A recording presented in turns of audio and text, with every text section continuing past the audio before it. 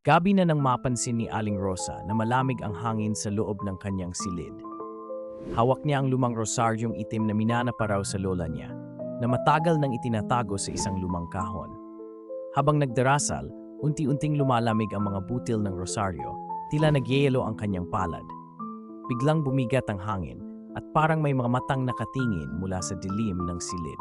Hindi niya magawang bitawan ang rosaryo, parang may mahigpit na puwersang pumipigil sa kanya. Napansin niyang dahan-dahang pumupula ang mga butil, tila may buhay at naglalagablab na galit na hindi niya maintindihan.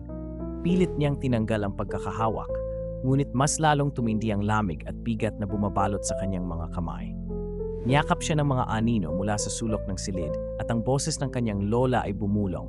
Hindi lahat ng dasal ay para sa liwanag. Napaluhod si Aling Rosa, nanginginig at umiiyak. Habang ang itim na rosaryo ay unti-unting pumalupot sa kanyang mga daliri, nilulunod siya sa malamig na dilim na walang katapusan.